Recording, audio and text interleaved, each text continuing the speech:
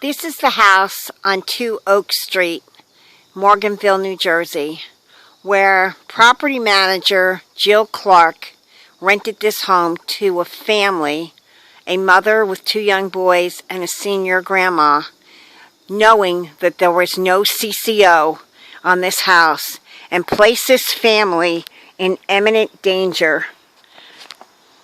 Here's an example. I don't know if you can see this moving, but this is the ratty staircase. This one's a little bit better, but not by much.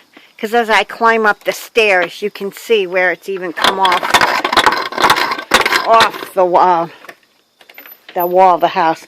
As I enter the house and going down the stairs to the basement, it's quite dark, so I'm not sure if you can see as clearly as if being into the basement.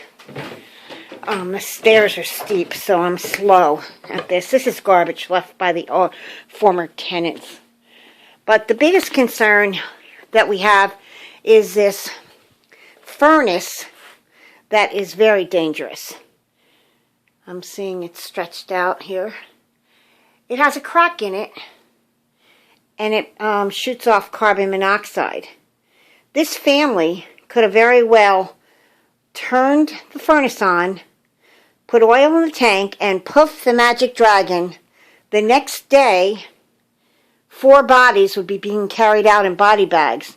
But I bet you then, Channel 12 News would surely want to do a story about that. But yet, when you want to ask them to help you to prevent something, they won't help you. Yes, it shoots out carbon monoxide.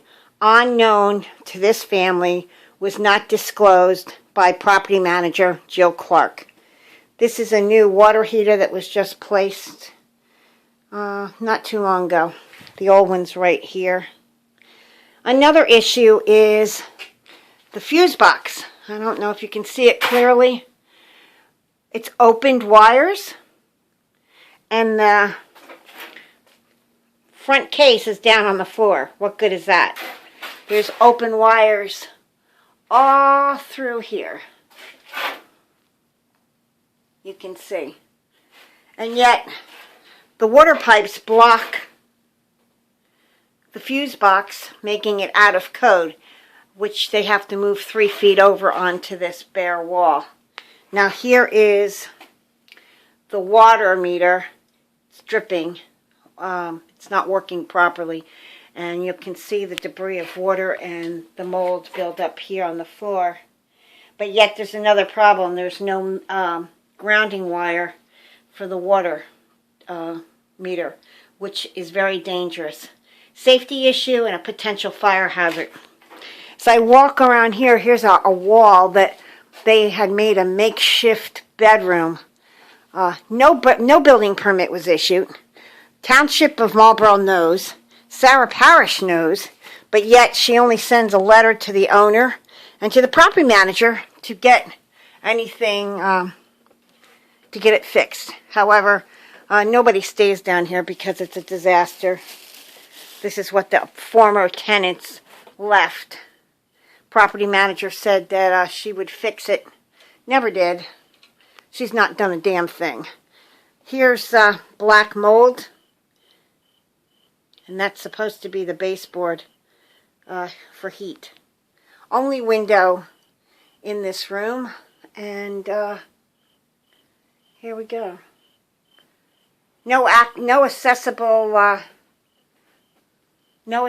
outside to the outside. So you can't have this bedroom. It's an illegal bedroom. But again, Marlboro Township does nothing. Here's molded stuff left by the former tenants. Molded on the walls. Old sheetrock that's molded. You can barely see. And it's a disaster here. But yet, the law states that when a house is uninhabitable, the owner or the property manager is liable to relocate the family and possibly pay up to 6 months of their rent. If they can't do it, the township has to take over and do it. And both parties are refusing. So what's this family supposed to do?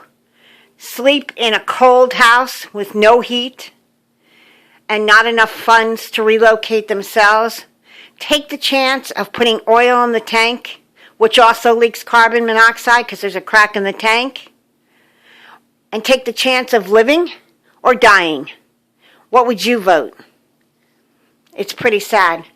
All these pipes are up here, not in working order. The toilet doesn't work. It's pretty sad. There's no carbon monoxide alarms. In the basement, it's supposed to be a dual carbon monoxide and fire alarm, smoke detector. There's supposed to be smoke detectors in the bedroom. None. Thank you for watching.